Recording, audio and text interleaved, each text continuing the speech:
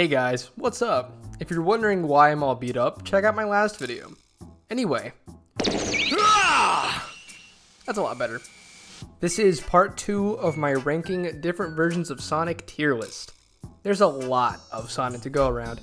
I never knew the blue guy could look so different. Short quills, long quills, big shoes, fat hands, lots of bandages for some reason.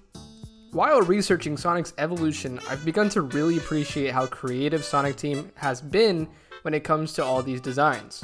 So without further ado, let's start with New Sonic. What do you think? Whoa, very nice. Look at that. Picked it up from the Sega Genesis yesterday. Good color. That's cobalt blue. That's very classic, Bateman. But that's nothing. Look at this. That is really nice. 286 tries. Polygons. What do you think? Nice. Jesus. How'd a nitwit like you get so fast? I can't believe he prefers his Sonic over mine. But wait. You ain't seen nothing yet. Dreamcast, short and stubby. Adventure 1. Impressive. Very nice. Let's see Paul Allen's Sonic. Look at those bendy arms and legs. The radical charm of it. Oh my god, it even has soap shoes. Oh my god, here it is. Guys, I'm not even gonna spoil it for you, alright? This right here is top 5 Sonics. Maybe even top 3. What makes the Sonic so great is that it's what they originally intended with the first Sonic Adventure. Take a look at the artwork. Now look at Sonic Adventure 1. Now look at Sonic Adventure 2. Now look at me. Now look back at Sonic. Now look back at me. Even the cutscenes in SA1 don't match the in-game model, but now they do with SA2. In fact, it even looks like the same exact model. The ones from the opening of Sonic Adventure when he's running looks awfully similar to what we got in Sonic Adventure 2, albeit with more pizzazz.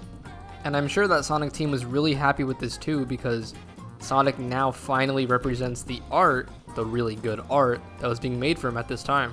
Their vision must have really been seen with this version of Sonic. Alright, Dran, so he must be perfect. You've said nothing but good things. Surely he's not perfect now, come on. I mean, he's not perfect, but bro was in a helicopter, took a piece off of it, jumped off of the helicopter, and said, "No food or movies, I'm out of here." I haven't even started really talking about the expression on this one either. They're just a total glow up. He moves naturally, reacts well, and visibly so.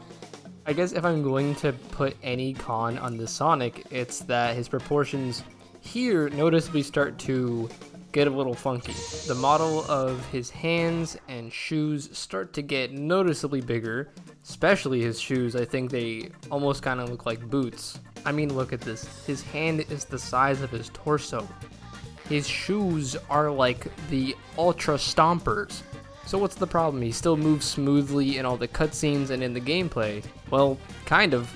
I suppose what I'm trying to say is he looks a little too stiff. His shoes don't look like they'd bend, squash, or stretch. And what SA1 did was make his shoes look like they could bend pretty easily, which made his run cycle look a lot smoother. In this game, it's still smooth, but it kind of looks like his shoes are made of metal and he's just bouncing up and down. I mean, when you get to top speed, it just looks kind of goofy. So, is it the worst thing ever? No, it's a cartoon hedgehog. While I'm not a huge fan of these proportions, and I have a little nitpicks, it's fine. Like, they're cool. And why is it not bad? Well, it's got style. Something he's kind of lacking nowadays. And he's not wearing his cool, fat, chunky soap shoes. How is he gonna grind on rails? Oh yeah, speaking of soap shoes, he's wearing soap shoes. And if you don't know what soap shoes are, they are a real thing. They're shoes that let you grind on rails. And apparently that's because it was a sponsorship deal. And while I wouldn't advise anybody to jump on a rail and grind on it, because you'd probably fall, these shoes are just straight up super cool redesigns of Sonic's original shoe. So much so, you can even use them in Frontiers. Sonic looks like he just came back from the future wearing these. And with that being said, we have our first S tier, Sonic Adventure 2 Sonic. You know, in a way, I was excited to talk about the Sonic, but in the way of most video essays where they imply it's going to be hours worth of talking shit about something, because I have way too many gripes with this Sonic. Let's see this laundry list of shit. First, modern Sonic is by far the safest Sonic. This look familiar to you? It should, because this is literally everywhere. To be blunt, this is a hollow husk of what once had style and charm.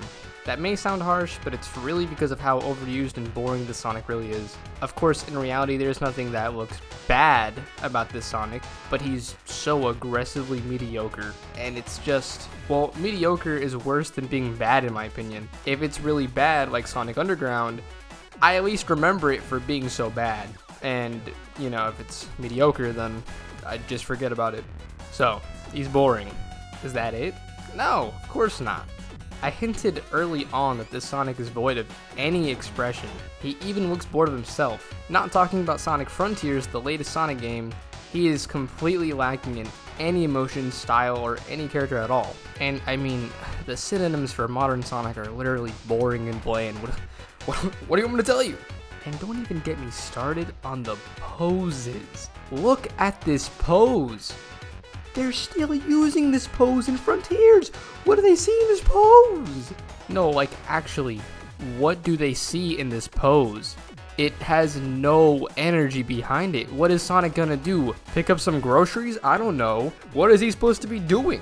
Now, not to get carried away, let's look at some positives. Positives being, not every game has a bad modern Sonic.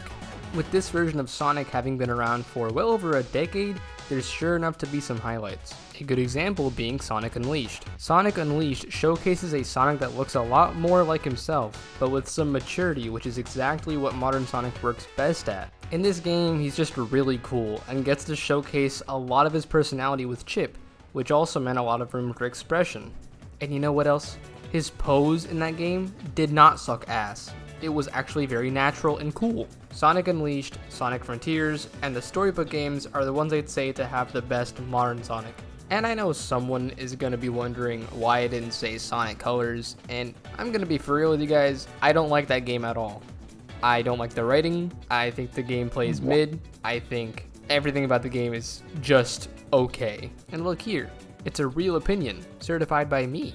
To come to a conclusion, there's a reason why a lot of people are so sick and tired of this Sonic. His expressions, his poses, his animations, they're all just so stiff and uninspired, really not making use of Sonic's golden design. Really, all I'm saying is I wish they would just try again. Try to embody the personality of Sonic back into the design. Really just make us want to see the guy more instead of, oh, it's this thing again.